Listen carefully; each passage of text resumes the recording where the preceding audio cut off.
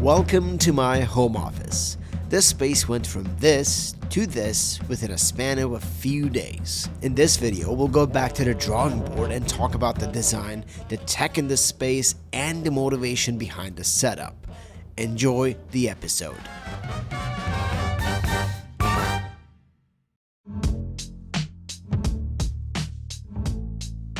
The goal with this transformation was to create an office space separate from the living room. This way, the living room would keep its purpose. Separating the two-in-one open concept also separates time for entertainment, whether it's during the day or those all-nighter sessions. Just to give you more context, this is a one-bedroom unit and I've been continuously challenging myself to make things work in this space. This transformation episode is just another way of going at it. My name's Blurry Face and I care what you think. I've always enjoyed darker spaces. Since this space is full windows and gets a good quality of sunlight, I decided to go with black walls. This way, the living room and the office space also separated in terms of contrast while being okay with getting enough light for those filming days. I came up with a color palette that would help me stay locked in for the office look.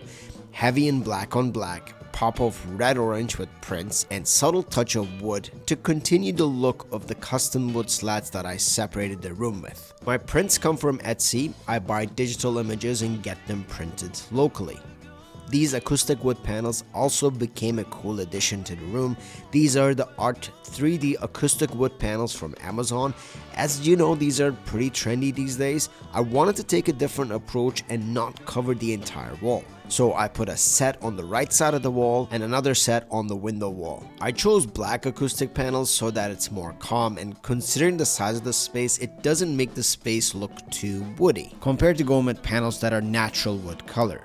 I also installed this light shelf on the right here just to bring more dimension onto this wall. In terms of storage, I picked up the sideboard from Structube. Those from Canada would know the store. This is the Jet sideboard. Got it for $279 Canadian. It's not real wood, of course, but it's not cheap material as well. It's perfect value. Size-wise, it really worked out, and style-wise, this is exactly what I had in mind for a sideboard. So super happy about this purchase. All of my tech accessories and equipment lives here and stays organized. Well, for the most part. The width is 59 inches, it lines up perfectly with the wood slats, and it just doesn't get on the way. This portion of the video is sponsored by Dezctop. The main point of attention of the setup, of course, is the desk itself. This is the Dezctop Revon Elite, the centerpiece of my workspace.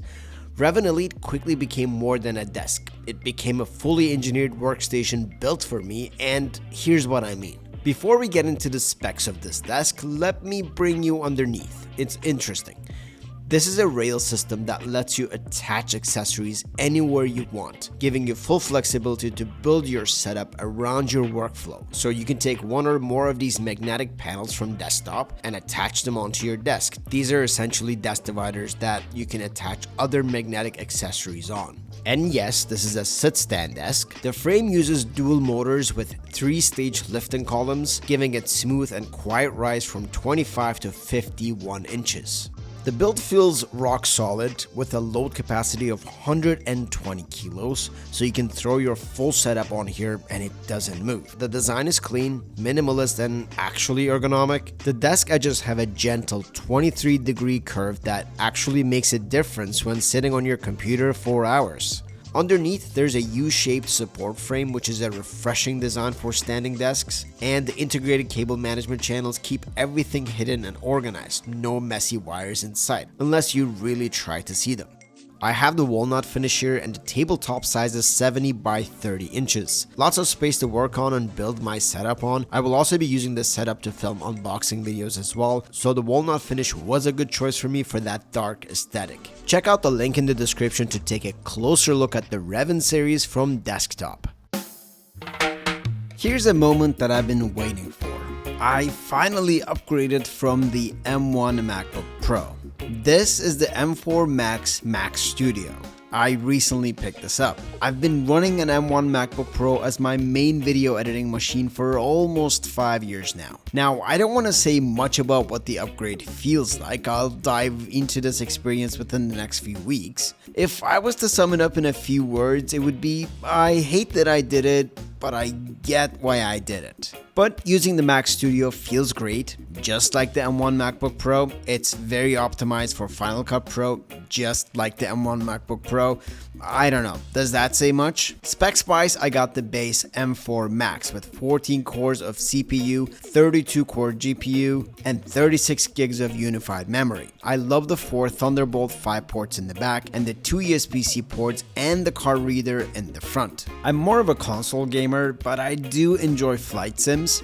Running X-Plane 12 on Mac Studio, it runs super smooth, almost on max settings here, and no problems. I am gonna mod the game and try to push for better graphics. We'll see how the Mac Studio will do there. I'll cover this when I do my full review on the Mac Studio for sure. Attached to my Mac Studio, I'm actually running a brand new monitor here as well. This is the KTC H27P3. Since I use a Mac, I've always searched for the right display. The Studio display is great but pricey and limited to 60Hz, while other high refresh monitors lack resolution and color accuracy. So when KTC reached out, I looked at the specs and I knew this 5K monitor would be perfect for my setup. It's a 5K monitor, 100% sRGB coverage, 99% P3 with HDR 400. Colors are factory calibrated, so the color accuracy is spot on. Basically, a Delta E under 2. You get a crisp 5K at 60Hz and QHD at 120Hz, which is great for gamers. 5K resolution is something that is new to me. The screen real estate is unreal. When I edit, I can stretch out my timeline, which cuts the constant back and forth. 5K is also great for multi-window operation as well. I was kind of sad to put away my M1 MacBook Pro as I used it as a second display beside my monitor, but with a 5K monitor, there really isn't much of a need for that. The 5K does the trick. You also get an HDMI 2.0, DisplayPort 1.4, and USB-C ports for connection. I have my Mac Studio connected through the USB-C. If you have a laptop, this would also work as a 65-watt charger as well, so it eliminates the number of cables on your setup. It's an IPS panel with anti-glare coating, so no issues with viewing angles for me. Monitors that combine color accuracy and creative-friendly features while supporting 120Hz, sometimes at reduced resolution, are rare at this price. So thanks to KTC for actually bringing this monitor to the channel. And the design of a monitor actually matters to me too, especially when I'm showcasing my setup. I do not like bulky monitors. This monitor is super slim and it has a minimalist footprint that enhances the space that it's in.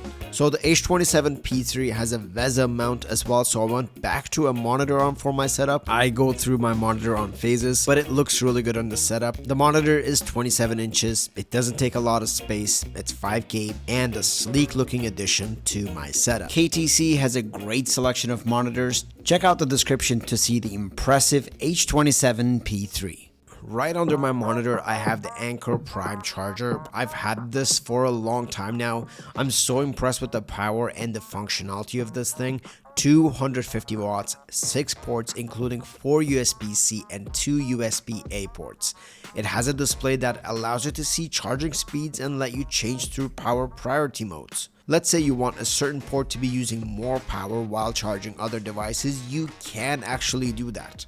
Anker Prime is really worth it as a one-device solution for charging needs. And all the products mentioned in this video will be linked in the description as well. I'm also running my Drio Smart Humidifier as well. The heaters are on, so air gets pretty dry, so using a humidifier really helps.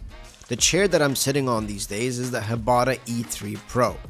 I have an entire episode on this chair. It's so comfortable, it's mesh and super adjustable, 3-zone lumbar support, 6D armrest, 4D headrest, and it has a built-in footrest.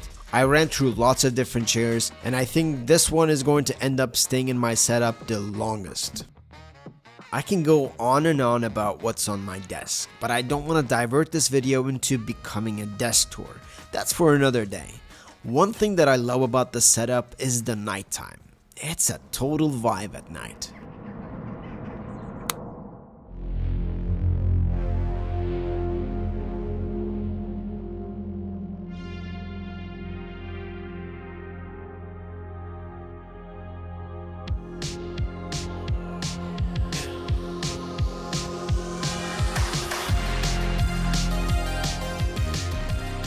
There are a few lights that create this cozy look at night. Check this out. This is the Screen Bar Halo 2 from BenQ. It's a monitor light bar that also backlights. It comes with a wireless controller that helps you set different brightness levels, temperature, as well as select which direction of light you want, front, back, or both. I've been using monitor light bars for a while now. I mean, we all know the benefits of it for your eyes. But I really like that you can also backlight with the Halo 2. You essentially don't need a desk lamp if you have this. If you're in the market for one, keep this in mind. On top of the prints, I mounted a SwitchBot light bar horizontally. At night, I tend to dial in a nice ambient light, mostly red so that I can get sleepy, but you can also dial in custom effects or sync music if you choose to do so. I mean, I did that for this video to show you guys, but don't think I'm partying down here. I've got two different video lights mounted on the ceiling. I hate light stands. This is a newer FS150B. I straight up don't love this light. Despite being 150 watts, it feels weak. And the light quality doesn't seem to be as good as my 60 watt Godox on the opposite side. I mean, even that has problems. I'm due for some nice video lights, but as for placement, this is it. I have the stronger 150 light as a fill light when I'm filming against the window, and the Godox light on the other side when I'm filming products on the desk. Well, that's it for this one. I hope you enjoyed this new transformation episode. If you have any feedback, please feel free to share them in the comment section. Thank you so much for watching. As always, it has been a pleasure. I'll see you in the next one.